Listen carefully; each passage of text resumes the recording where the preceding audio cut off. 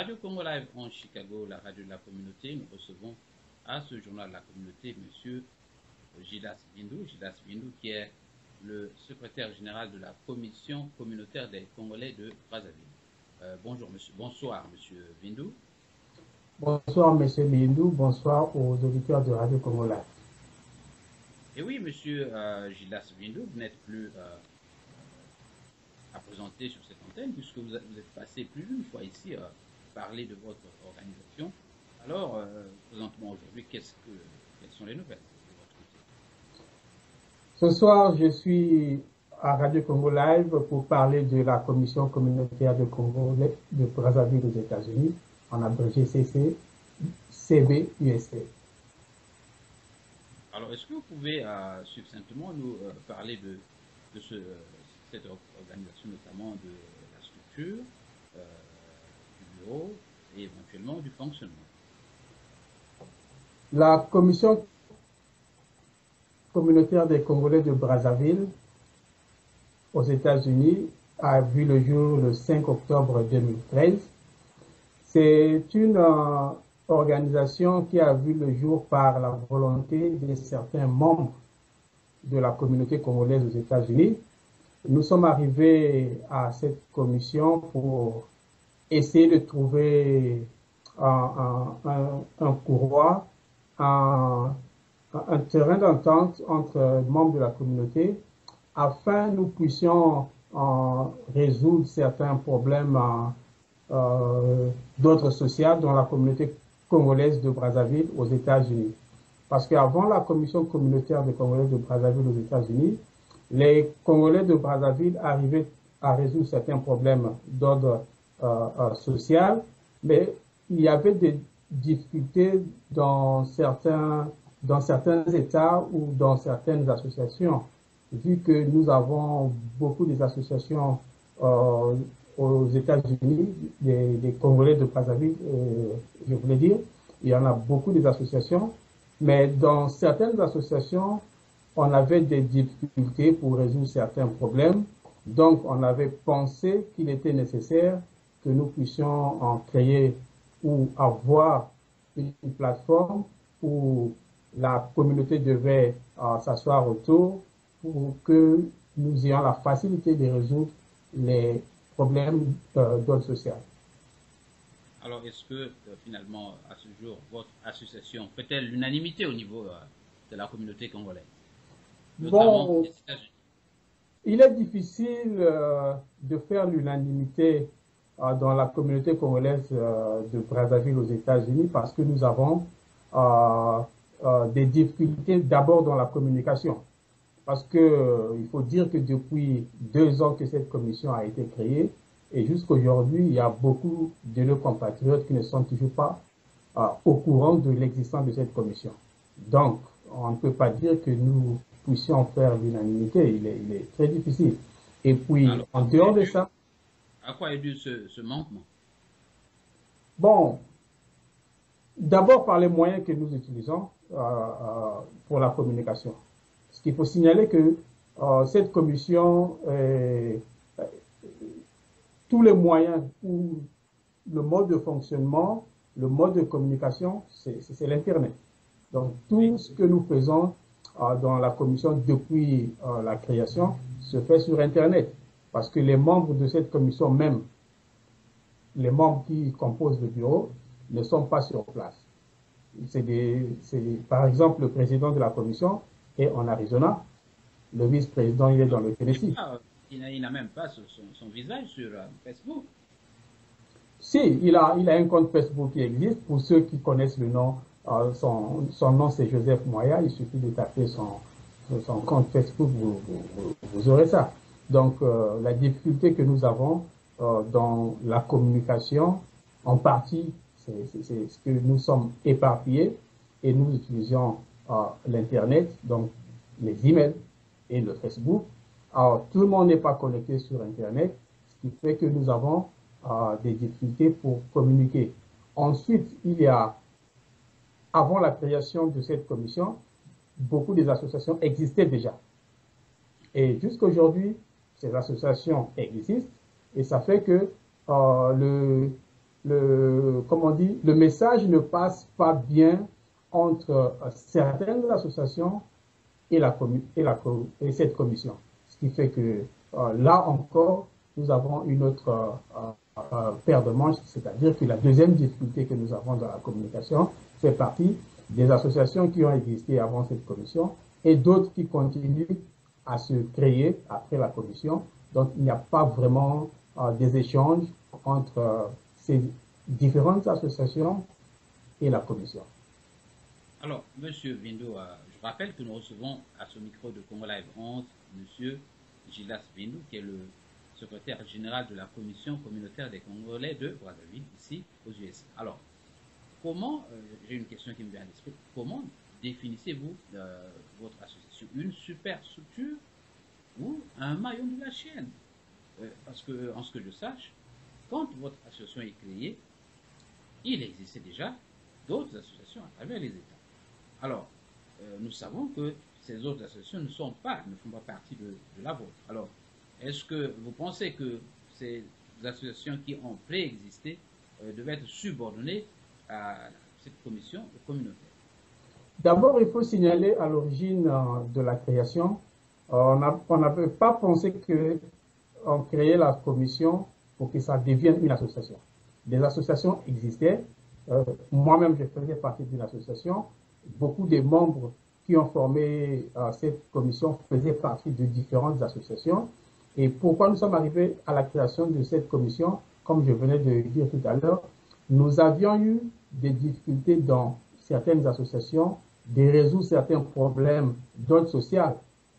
Quand nos membres avaient des difficultés, nous étions incapables de résoudre certains problèmes. Donc, il nous fallait appeler la solidarité, c'est-à-dire les autres compatriotes qui ne sont pas partie de nos associations pour nous aider. C'est pourquoi nous avions pensé qu'il fallait trouver une plateforme. Donc, la commission devait servir de courroie seulement. Et jusqu'aujourd'hui, la commission n'est pas une association. Et ça, c'est ça. Il faut d'abord pour terminer sur cet aspect, j'ai cru entendre que votre commission est une commission illégale. Est-ce que vous pouvez à ce jour faire la lumière sur la légitimité de votre mouvement ou de votre association? Bon, la commission communautaire a été enregistrée au gouvernement d'Arizona depuis 2013. Vous vous souvenez, en 2013, nous avions publié à l'époque la note ou le document que nous avions reçu auprès du gouvernement de l'Arizona qui reconnaissait cette commission communautaire. Ce document existe toujours, comme je viens de dire. Nous faisons tout sur Internet. Pour ceux qui reçoivent les messages de la commission, je ne me rappelle plus de la date, mais ça date de 2013. Il suffit de repartir en arrière en 2013. Vous trouverez un message qui était intitulé, je ne me souviens plus vraiment de l'intitulé, mais au moins, vous retrouverez dans vos messages la date ou un message où nous avions publié ce certificat de reconnaissance. Maintenant, pour ceux qui en ont besoin, pour ceux qui veulent en avoir la preuve, il suffit d'écrire à la commission, l'adresse est connue, le numéro de téléphone est connu. Dans tous les messages que nous publions, il y a les coordonnées de la commission, c'est-à-dire l'email et le numéro de téléphone du président. Donc, il suffit d'appeler le président ou bien il suffit d'écrire à la commission. Nous vous enverrons une copie. Merci de faire la lumière là-dessus. Alors, vous existez depuis 2013. Qu'avez-vous fait? Bon, depuis 2013, généralement, comme je dis, la commission a été créée pour vouloir aider des frères à résoudre certains cas sociaux. Donc, depuis la création de la commission, généralement, nous avons aidé certaines familles à résoudre certains problèmes, mais les cas où nous avions beaucoup travaillé, ce sont le cas des décès. Donc, depuis 2013, juste après la création de la commission, en octobre 2013, nous avions assisté une famille dans l'État du Texas, dans la ville de Dallas. Il y avait une famille qui avait un décès là-bas. en 2013. Donc, je crois que c'était un mois juste après la création de la commission. Et nous avions travaillé avec cette famille, nous les avions assistés et nous avions apporté de l'aide que nous avions pu. Parce qu'il faut aussi souligner que la commission a pour rôle d'informer la communauté, de véhiculer l'information dans la communauté, de dire aux compatriotes qu'à tel endroit, il y a telle situation, la famille ou la communauté locale a besoin de l'assistance. Et en ce moment, la communauté peut intervenir en faisant les cotisations comme nous avons l'habitude de le faire. Donc la commission n'est pas, comme certains pensent, une structure qui a été mise en place pour résoudre tous les problèmes nécessaires ou bien à une caisse de fonctionnement. Parce que nous avons souvent ces problèmes dans la communauté. Il y a des compatriotes qui appellent pour demander si la commission a une caisse, est-ce que la commission ne peut pas aider parce qu'il y a tel endroit, il y a telle situation. Donc, il faudra que... Pour un membre, c'est légitime que de vous demander des comptes. Oui, les membres peuvent demander les comptes, mais la commission ne fonctionne pas comme une association. Nous n'avons pas une caisse de fonctionnement. Nous ne prenons pas les cotisations pour garder. Donc, quand il y a un cas de décès, en ce moment, nous informons la communauté pour dire à tel endroit, il y a telle situation, la famille ou la communauté locale a besoin d'assistance.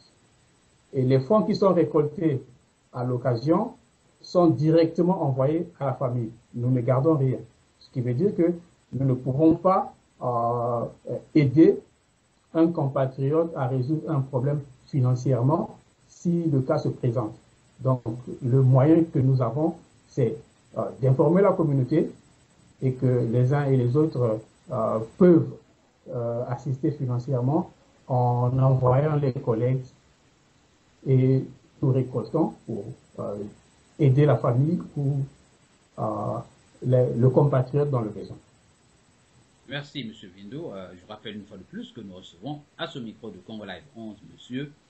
Gildas Vindo, qui est le secrétaire général de la commission communautaire des Congolais de Brazzaville aux USA. Alors, M. Vindo, est-ce que vous pouvez, à votre actif, épingler quelques cas que vous avez pu régler depuis 2013? Citez-nous quelques noms. Il faut bien que nous sachions que vous avez travaillé et que vous avez aidé la population. Jusqu'ici, vous êtes dans des généralités. Est-ce que vous avez quelques noms de villes, de personnes décédées et pour lesquelles vous êtes intervenu? Oui, en 2013, comme je venais de dire, dans la ville de Dallas, le premier cas que nous avions eu à intervenir, c'était un décès d'une maman qu'on appelait Louise Mpande. Dans cette famille, nous étions intervenus. En 2014 aussi, en Caroline du Nord, dans la ville de Raleigh, nous avions eu un décès où nous avions aidé, parce que en Caroline du Nord, il y a une association qui existe, l'Organisation des Congolais de la Caroline du Nord, qui était éprouvée. Donc, ils avaient perdu l'un de leurs membres et nous, en tant que commission, nous sommes allés en appui. C'est comme ça que nous fonctionnons. Les associations qui existent, nous venons pour aider. Ils avaient un décès d'un membre, c'est un compatriote, et le rôle de la commission, c'est quoi? Parce que beaucoup des associations se trouvent dans les villes ou dans les États. Ils ont la difficulté de véhiculer l'information sur l'étendue du territoire, et c'est ce que nous faisons. Ils sont en Caroline du Nord, ils ont un décès, et ils nous contactent, nous prenons l'information, nous avons la facilité et la possibilité d'informer le reste des compatriotes sur le territoire américain. Et c'est ce que nous faisons. C'est ce qu'on a fait en 2014. Nous avions appuyé l'Organisation des Congolais de la Caroline du Nord pour le décès d'un certain frère qui s'appelait André Silao. Et cette année, en 2015, nous avions, dans la ville d'Atlanta, dans l'état de la Géorgie, aussi aidé une famille. Il y a eu un décès là-bas, il y a entre-temps. Et dans l'état du Nevada, dans la ville de Las Vegas aussi, le mois dernier, il y a eu un décès auquel nous avions aussi aidé la famille en véhiculant l'information comme toujours. Et actuellement, nous sommes en train de récolter les fonds aussi pour un décès dans la ville de Nashville, dans l'état du Tennessee. Mais celui-là, il faut signifier que... Il y a un autre dossier à Ohio, je crois, hein? Columbus. Nous n'avons pas l'information de ce décès à Columbus, mais... Il y a 2 ans, 2 ou 3 ans. Oui, à l'époque, la commission communautaire n'existait pas encore. Donc, il y a eu, comme j'ai dit au début, la communauté a eu à résoudre beaucoup de cas au début, avant la création de la commission. Et c'est tout ça qui a fait que nous avions pensé avoir un cadre, parce qu'à l'époque, ça se faisait, c'est lui qui a l'information, véhicule l'information, et il appelle les autres pour dire, bon, à tel endroit, il y a telle situation, bon, on se retrouve, qu'est-ce qu'on fait? On récolte des fonds et on aide la famille. C'est ce que nous faisions à l'époque. Et ça, bon, ça, il faut dire que ça marchait aussi. Mais c'est au sorti du décès de l'Ohio que nous avions pensé qu'il fallait avoir un cadre. Et ce cadre, c'est celui que nous avions créé qui s'appelle aujourd'hui la commission. Oui, M. Vindo, merci de tout cela. Mais vous voyez, on fait le reproche de... c'est bien, vous avez de bonnes initiatives, mais dans l'opinion, les gens pensent que votre mérite ne se limite que de ça.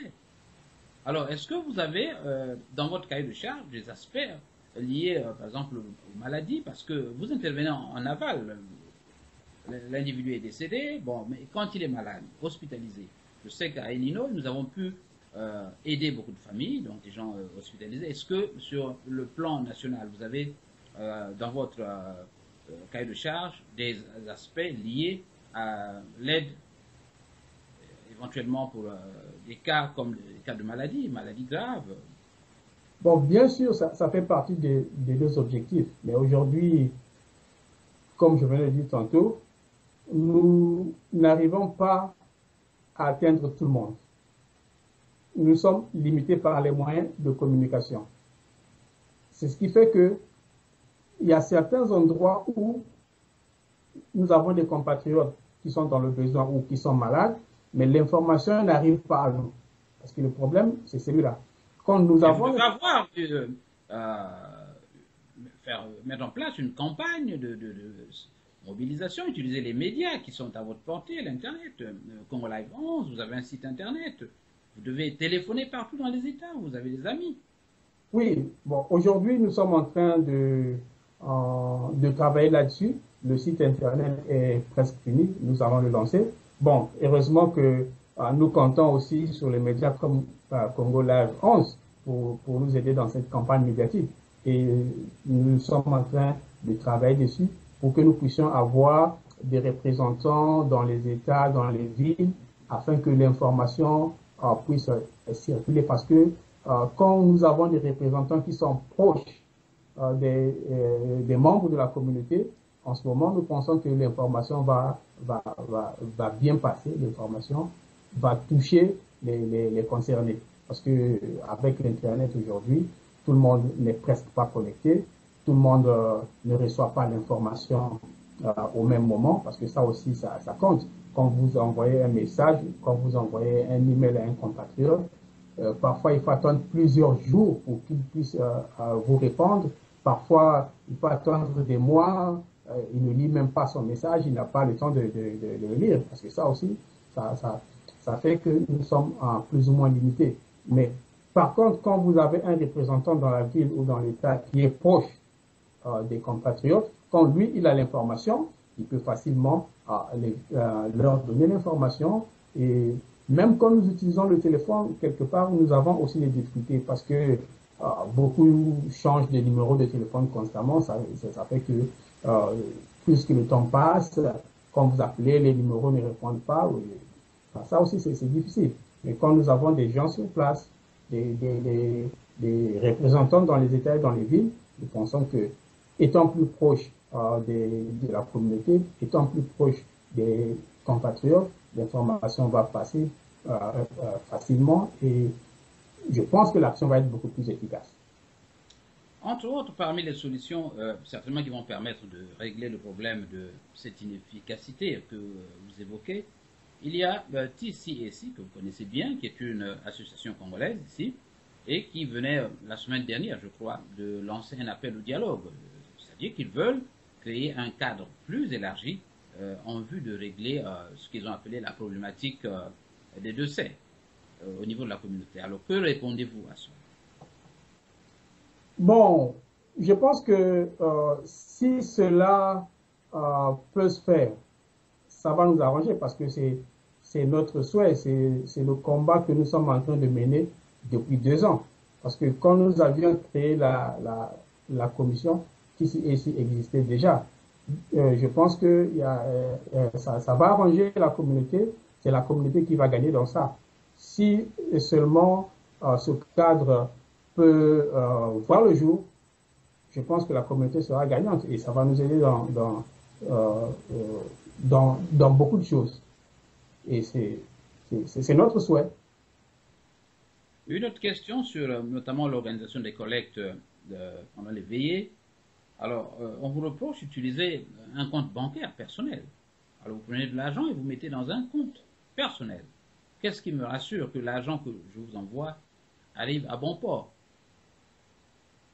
Bon, d'abord, pour vous rassurer que l'argent que vous envoyez arrive à bon port, nous utilisons l'Internet comme je ne cesse de le dire. Les listes des cotisants sont affichées régulièrement, sinon une fois tous les 2 jours, nous affichons les listes des cotisants. Donc, il y a le nom, il y a le montant, il y a la ville et l'état de celui qui envoie de l'argent. Nous demandons aux gens de vérifier les listes et quand la ville ne correspond pas ou le montant ne correspond pas, de nous faire signe. Et c'est ce que nous faisons tous les jours. Les gens appellent, les gens écrivent pour dire j'ai envoyé tel montant, mais sur la liste, ils ont écrit tel montant. Nous vérifions et nous ajustons. À la fin de l'opération, le montant final est affiché avec la liste complète. Donc, tous ceux qui reçoivent les messages, les cotisants et les non-cotisants, ont la possibilité de vérifier le calcul pour voir le montant affiché s'il correspond à celui que nous avons affiché. Ils ont la facilité de faire le calcul comme nous. Avec nous, ensemble, ils font le calcul, ils vérifient le montant. Et à la fin, qu'est-ce que nous faisons? Nous faisons un chèque. Le chèque est fait au nom du bénéficiaire, au nom de la famille que nous assistons. Le montant qui correspond à la fin de nos calculs et le montant qui est écrit sur le chèque, le nom de la personne et l'objet du chèque, nous le publions aussi. Le chèque est publié afin que tout le monde voie.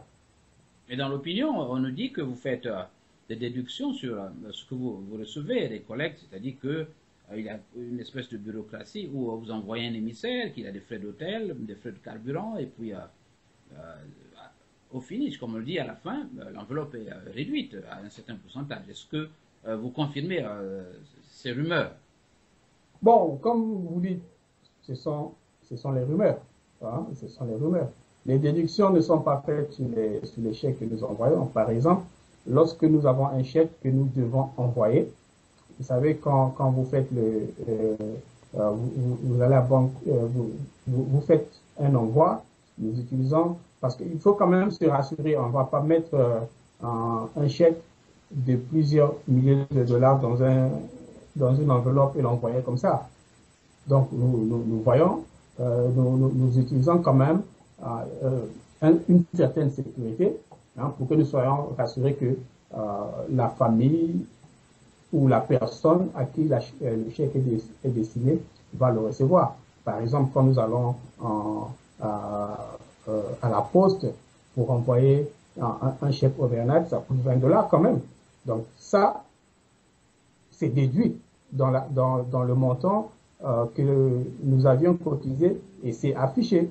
On dit, par exemple, telle opération a coûté tel nombre de dollars, et à la fin, nous faisons le calcul, ça correspond au montant que nous affichons. Mais ça ne veut pas dire que nous déduisons de l'argent, comme vous dites, des frais d'émission dans cet argent. Ce n'est pas possible. Nous ne faisons pas ça dans ce sens parce que le seul moyen que nous utilisons, si nous avons un représentant dans la ville où la famille assistée se trouve, le chèque lui est envoyé, mais au nom de la famille assistée. Donc lui, il prend seulement le chèque pour le remettre. Dans le cas contraire, nous leur envoyons le chèque directement au Vernac, et de sorte que nous soyons rassurés qu'ils vont recevoir le chèque. C'est ce que nous faisons. Oui, M. Vin, est-ce que à ce jour, vous avez l'impression que les Congolais ont compris le sens même de la solidarité ici aux États-Unis? Non. Les Congolais n'ont pas encore compris le sens de la solidarité parce que l'individualisme règne dans la communauté. Pourquoi nous disons, quand une famille est dans le besoin, tout de suite nous voyons la motivation. Ils expriment la motivation, ils pensent que normalement la communauté devait être motivée.